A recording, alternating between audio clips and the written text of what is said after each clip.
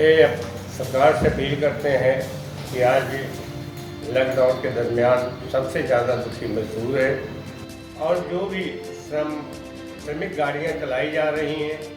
वो रास्ता भटक के मजदूरों को और से और जगह ले जा रही हैं। उनको कई घंटा लेट उनके घर भेजा जा रहा है। मैं मोदी सरकार से अपील करता हूं कि अगर ये मजदूर रास्ता भटक गए तो आपको भी अमेरिका के प्रधानमंत्री के तरह छुटने के लिए जगह ढूंढना पड़ेगा। इसलिए मैं अपील करता हूं कि जो गरीब मजदूरों के साथ आज जास्तियाँ हो रही हैं, प्राइवेट फैक्ट्रियों के अंदर फैक्ट्री मालक लॉकडाउन के दरमियान का कोई पैसा मजदूरों को नहीं दे रहे हैं, ना मजदूरों के पास किराया देने के लिए पैसा रह गया है, ना रोटी खाने के लिए उनके पास पैसा है और भुखमरी के कगार पे मजदूर पहुंच चुका है। इसलिए हम इंटक के बल में विश्वास दिलाते हैं कि जो भी कारीगर, जो भी मजदूरों के साथ फैक्ट्री मालिक जास्ती कर रहे हैं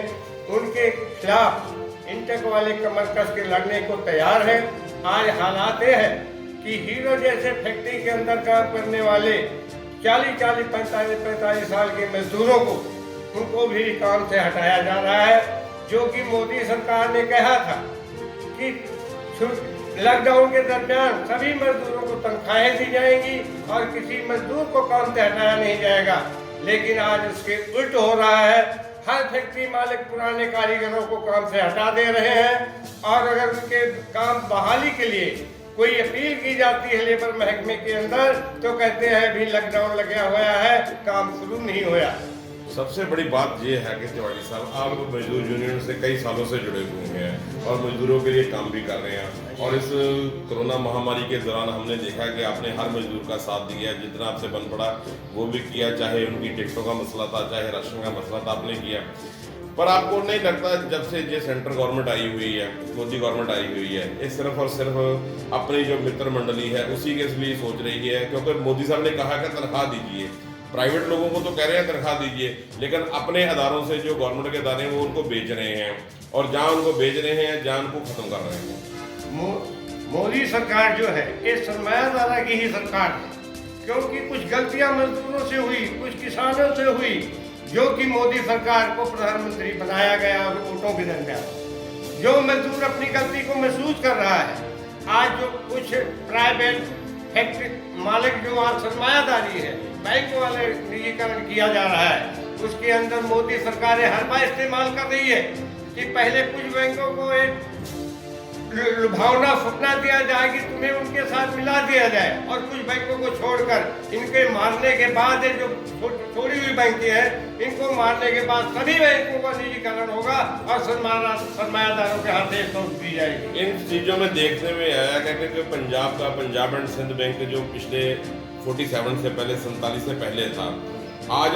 खबरें भी प्योर नहीं हुई, लेकिन जो सिग्नल आ रहा है उसमें ये आ रहा है कि मोदी सरकार जो पंजाब एंड सिंध बैंक है और बैंक ऑफ महाराष्ट्र है और इंडियन ओवरसीज बैंक है, ऐसे जो बैंक है जो पुराने बैंक हैं और खास करके पंजाब एंड सिंध बैंक जो कि सिख समुदाय को बिलोंग करता है,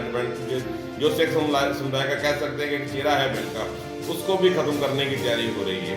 उसके बारे में आपका क्या कहना है? उसके बारे में मैंने पहले ही कहा कि मोदी सरकार सिर्फ एक नीति से चल रही है कि पहले कुछ को मारा जाए जिससे पंजाब के अंदर हालात ठीक रहें। एक बैंक ही ना मजदूर भड़क उठे या काम करने वाले कामगार ना भड़क उठे कि जिससे पंजाब को सामना मुश्किल हो जाए। इसलिए उन्होंने ड्रामा किया है कि कुछ बैंकों को आज मार दो, उसके बाद कल बैंकों को मारने के बाद और तो और रेलवे को भी प्राइवेट दायरे में देंगे, सरकारी बैंक में को सारे को प्राइवेट में सरमायादारों के हाथ सौंपने का पूरा प्रोग्राम है मोदी। हिंदुस्तान में करीबन काफ़ी मजदूर यूनियंस हैं जो मजदूरों के हितों के लिए काम कर रही हैं, लेकिन आप सब काफ़ी पुराने हैं। मैं पंजाब से तकरीबन आपको 35-40 साल से देख रहा हूँ कि आप मजदूरों के हितों के लिए काम कर रहे हैं। आपके हिसाब से इस टाइम आप मजदूरों को क्या संदेश देना चाहते हैं, जो वापस जा चुके हैं उनके लिए और जो जहाँ बैठे हैं उनके लिए क्या संदेश? मैं सभी मजदूरों से प्रार्थना करता हूँ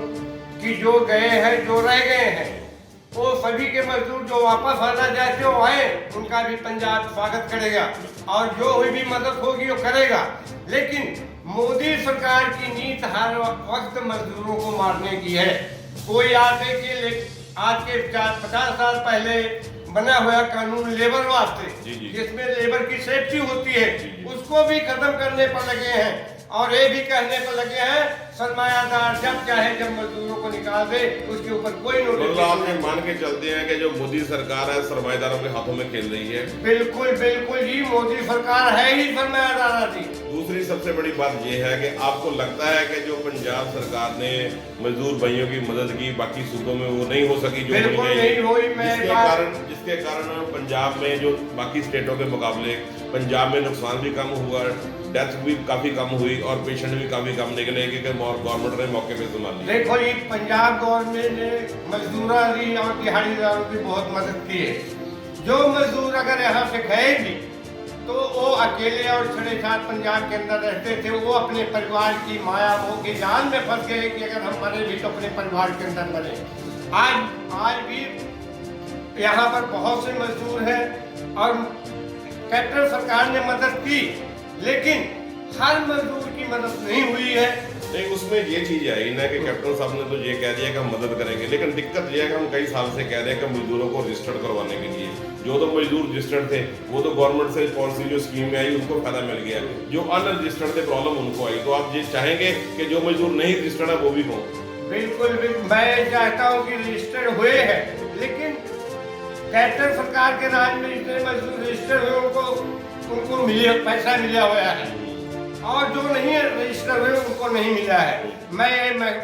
मांग करूंगा कि लेबर महकमे को 100% सुबरदारी की, जो मजदूर रजिस्टर नहीं है उनको रजिस्टर किया जाए और उनको हेल्प किया जाए। बहुत बहुत धन्यवाद, थैंक यू।